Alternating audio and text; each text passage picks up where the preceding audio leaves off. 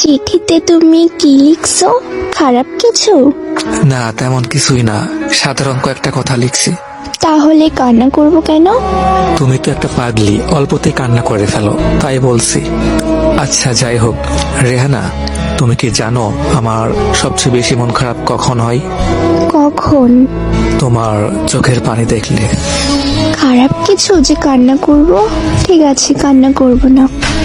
হাসান, তোমার কি মন খারাপ? না। আচ্ছা, একটা কথা বলবো, শুনবা? আচ্ছা, শুনবো, বলো। আজ শেষবারের মতো সেই গানটা শোনাবা? শেষবার বলতেছো কেন? এরপর থেকে আমি আর শুনতে চাইবো না, তাই। কেন? আরে, আজকের পর থেকে রেগুলার তুমি নতুন নতুন একটা করে গান শোনাবা। এক গান আর কতদিন ভালো লাগে বলো? ও আচ্ছা। হ্যাঁ, আর শোনো, কখনোই মন খারাপ করবা না, ঠিক আছে? মন খারাপ করব কেন? না, এমনিতেই আর কি বললাম। তোমার কি হয়েছে আমাকে বলো প্লিজ। আরে পাগলি, তেমন কিছুই না। আচ্ছা ঠিক আছে, রাত অনেক হয়েছে, এখন ঘুমাও। আচ্ছা ঠিক আছে, তুমি ঘুমাও। আচ্ছা শোনো, বলো। অনেক ভালোবাসি তোমাকে। আমিও তোমাকে অনেক ভালোবাসি। পরদিন সকালে রেহানা তার বান্ধবীকে নিয়ে হাসানদের বাসায় যায়। যাওয়ার পরে দেখে বাসায় অনেক ভিড়, আর সাদা কাফনে জড়িয়ে কে জানে শুয়ে আছে। রেহানা জিজ্ঞেস করলো, এইটা কে? একটু পরে পাশ থেকে কে যেন উত্তর দিল, এটা হাসান, ও আর এই পৃথিবীতে নেই। এইটা শোনার পর রেহানা একটা চিৎকার দিয়ে ওইখানে জ্ঞান হারিয়ে ফেলে। টানা 3 ঘন্টা পর রেহানার জ্ঞান ফিরে সে আর কোনো কিছু না ভেবে ডাইরেক্ট হাসানের রুমে চলে যায়। যাওয়ার পরে ওর কথা অনুযায়ী একটা বক্স পাই। বক্সটা খোলার পরে ওখানে একটা চিঠি পাই। চিঠিটা পাওয়া মাত্র চিঠিটা খুলে পড়া শুরু করে। চিঠিতে লেখা ছিল, রেহানা, আমি জানি তুমি কান্না করতেছো, কান্না করো না প্লিজ। আচ্ছা রেহানা, তোমার কি মনে আছে তুমি একটা শাড়ি পছন্দ করছিলা? তোমার কি মনে আছে, লাল রঙের?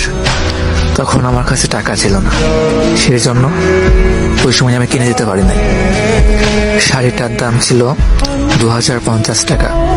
তখন আমার কাছে টাকা না থাকায় কিনতে পারি নাই। বাট কাল যখন আমার কাছে টাকা আসলো, হাতে টাকা পাইলাম, তখন তোমার সেই শাড়িটির কথা মনে পড়লো। কিন্তু যে দোকানে শাড়িটি পছন্দ করছিলা, সেই দোকানে অনেক খোঁজাখুঁজির পরেও শাড়িটি পেলাম না। পুরো মার্কেট খুঁজে অনেক কষ্টে সেই শাড়িটি পাইছি। পাওয়ার পরে দেখো, ওটা তোমার জন্য কিনে রেখে দিছি। দেখো বক্সের মধ্যে প্যাকেট করা আছে, নিচের দিকে হাত দাও, পাইবা। শাড়িটি কিন্তু পরবা তুমি। এখন তুমি নিশ্চয় ভাবতেছো যে আমি এতগুলো টাকা কোথায় পাইছি। আশরাফ খানকে তো তুমি চিনোই, তোমার বাবার পরিচিত। উনি একটা নতুন ওষুধ তৈরি করছে। ওইটা কোনো মানুষের শরীরে দিলে মাত্র 1 থেকে 2 ঘন্টার মধ্যেই সে মৃত্যুবরণ করবে। আর সে ওষুধটি পরীক্ষা করার জন্য একটি মানুষের বডি দরকার ছিল। সেই বডিটি আমি দিয়েছি। মনে করো না এমনি এমনি দিয়ে দিছি। আমাকে বলা হয়েছিল আমি যদি আমার বডিটা দিই তাহলে বিনিময়ে আমাকে 5 লক্ষ টাকা দিবে। আর আমি তো একটা ব্যর্থ ছেলে, আমার বাবার হার্টের অসুখ আছে, তার কোনো চিকিৎসা করতে পারতেছি না। তার চিকিৎসার জন্য 2 লক্ষ টাকা লাগবে।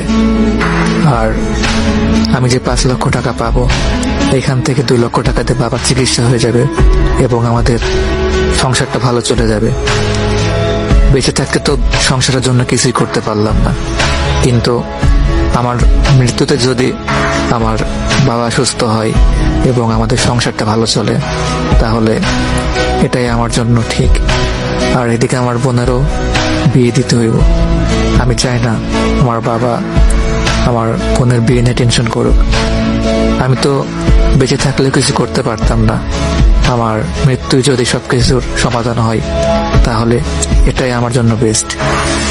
সারা জীবন তো বাবার বোঝা হয়ে থাকলাম। এখন না হয় কিছু একটা করে গেলাম।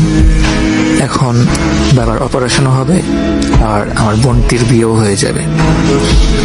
রেহানা, তোমার অনেক কষ্ট হচ্ছে তাই না? তোমাকে নিয়ে না আমার অনেক স্বপ্ন ছিল।